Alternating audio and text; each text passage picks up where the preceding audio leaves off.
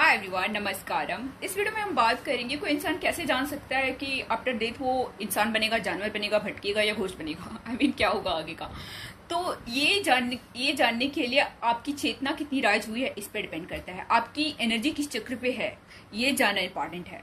तो अगर कोई बहुत ही लोअर चक्र पे है और चेतना बहुत लोअर है तो पॉसिबल है कि वो इंसान जो खाने पीने और जो यहाँ की मस्ती में ही पूरी लाइफ काट दिया है, अपनी सोल ग्रोथ पे कोई काम नहीं किए, तो हो सकता है वो जानवर या जिस तरह के वो जीवन जिया वही उनको वापस वैसी बॉडी दे दी जाएगी। बॉडी मीन्स जानवर की भी बॉडी मिल सकती है, जो भी जैसा उन्होंने यहाँ पे किया, किस चक्र पे उनकी एनर्जी है। तो चक्र क्या है? चक्र हमारे अलग अलग लोक से भी कनेक्टेड है, अलग अलग डायमेंशन से कनेक्टेड है, और अलग अलग कॉन्शियसनेस से कनेक्टेड है कि आपकी कॉन्शियसनेस चेतना कितनी जागी हुई है, तो इससे कनेक्टेड है। या बहुत सारे लोग जो बहुत अटैच होता है यहाँ की दुनिया से, जैसे कोई खाने पीने, फैमिली या चीज़ों से बहुत आपको रहना है, फैमिली में अपना बेस्ट देना है, अपने सारे कर्तव्य निभाना है, प्रेम भी देना है, लेकिन अटैच तो हो गए। तो यहाँ से जब इंसान की बॉडी छूटती है तो नहीं जा पाते हैं और फिर यहाँ पे ही वो रहना चाहते हैं, इसी फैमिली में या इसी जगह पे रहना चाहते हैं। तो बॉडी तो छूट गई है भाई, अब यहाँ पे आप रहेंगे, आगे की यात्रा में आप नहीं जा रहे हैं, आप यहीं पे अटके हुए रहोगे तो क्या होगा फिर? आपकी जो ग्रोथ है वो रुक जाएगी ना। आपकी ग्रोथ रुक जाती है। सेकेंड, आपको एक पेट शरीर दी जाती है जिसमें बहुत सारे कष्ट होते हैं। तो जब भी इंसान की अटैच होता है या फिर यहाँ की दुनिया में ही खाने पीने और मौज मस्ती में रहा, जिसकी कॉन्शियसनेस पे कोई काम नहीं किया गया, तो इंसान की फिर गति वैसे ही लोअर चली जाती है। लेकिन जिस इंसान ने अपने ऊपर ग्रोथ पे काम किया, अपनी चेतना को जगाने पे काम किया, अपने आप को हायर चक्रों पे एक्टिवेट किया, तो वो हायर डायमेंशन में जाते हैं और हायर लोगों में जा पाते हैं वो।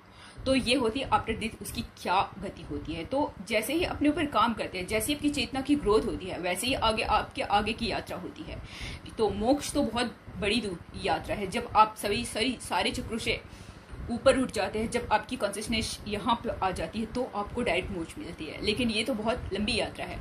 लेकिन इससे पहले भी किस चक्र पे है आप, किस जगह पे आपकी अवेयरनेस है, किस जगह पे आपकी चेतना है, इससे डिपेंड करती है आपके आगे की यात्रा। तो बहुत अटैच है या खाने पीने मौज मस्ती में जो जिए, जो लोअर कॉन्शियसनेस में ही रहे, अपनी चेतना, अपनी सोल ग्रोथ पे कोई काम नहीं किए, उनको वापस शायद उनको ये बॉडी नहीं मिलेगी, क्योंकि ये बॉडी का हमें यही फल होता है कि हम अपनी चेतना को जागृत कर सकते हैं। हम सारे जानवरों से, सारे जीव से हम एक ऊपर लेवल पे होते हैं जहाँ पे हम चेतना पे काम कर सकते हैं, जहाँ पे हम अपनी सोल ग्रोथ कर सकते हैं। और जो जानवर है वो नहीं कर सकते, जानवर नहीं कर सकते, पेड़ पौधे नहीं कर सकते, कोई भी चीज़ नहीं कर सकती। लेकिन एक इंसान है जिसके पास ये राइट है कि वो अपनी चेतना को जागृत कर सकते हैं और वो ईश्वर तक पहुँच सकते हैं।